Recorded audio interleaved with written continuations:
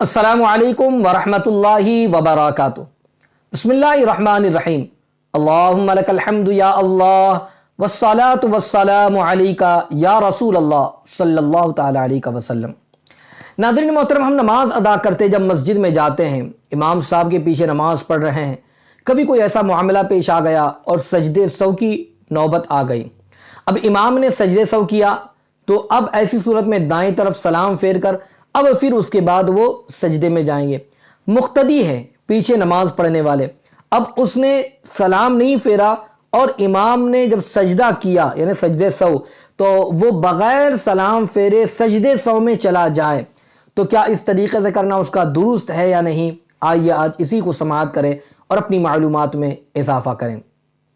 اس حوالے سے کچھ عرض کروں، اس سے پہلے گزارش کروں گا کہ اگر ابھی تک آپ نے ہمارے چینل کو سبسکرائب نہیں کیا تو آپ ابھی ہمارے چینل کو سبسکرائب کر دیں، بیل بٹن دبانا نہ بھولے تاکہ ہماری آنے والی ہر نئی اسلامی اور روحانی ویڈیو کی نوٹیفیکیشن سب سے پہلے آپ تک پہنچے۔ آئی بٹن پر بھی کلک کر دیں تاکہ اس حوالے سے اس سے پہلے جو مسائل بیان کیے گئے ہیں اسے بھی آپ سماعت کریں اور اپنی معلومات میں اضافہ کریں۔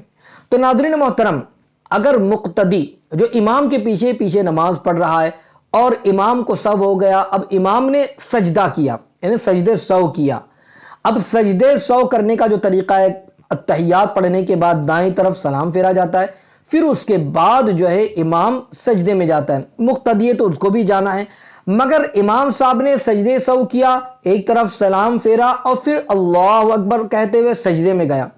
اب پیچھے جو مقتدی تھا، پیچھے نماز پڑھنے والا، اس نے دائیں طرف سلام نہیں پھیرا بلکہ ڈائریکٹ وہ سجدے میں چلا گیا، تو یاد رکھ لیجئے دائیں طرف سلام پھیرے بغیر امام صاحب کے ساتھ سجدے سہو کیا تو یاد رکھ لیجئے مقتدی کی نماز تو ہو گئی لیکن یہ مکروہ تنزیہی ہوئی۔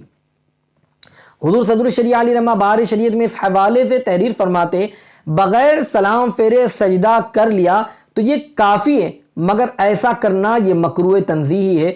مقتدی کے لیے ضروری یہ ہے کہ وہ امام صاحب کے ساتھ میں سلام پھیرتا اور پھر وہ سجدے میں جاتا، مگر اس نے اس کے خلاف کام کیا ہے تو نماز تو اس کی ادا ہو جائے گی مگر یہ پسند نہیں ہے، مکروہ تنزیہی ہے۔ تو اس لیے جب بھی امام کے پیچھے نماز پڑھ رہے ہو تو جو امام جس طریقے سے کر رہا ہے، جس رکن پر ہے، ہمیں اسی طریقے کو فالو کرنا ہے اور اسی طریقے سے اپنی نماز کو ادا کرنی ہے۔ تو اگر کبھی سجدے سہو والا معاملہ ہو جائے تو اس کا بھی خیال رکھیں، دائیں طرف سلام پھیر دیں، پھر اس کے ساتھ امام کے ساتھ میں سجدہ کر لے، اس چیز کا خیال رکھے۔ اللہ تعالیٰ ہم تمام کو عمل کی توفیق عطا فرمائے، نماز درست طریقے سے پڑھنے کی توفیق عطا فرمائے، آمین۔ السلام علیکم ورحمۃ اللہ وبرکاتہ۔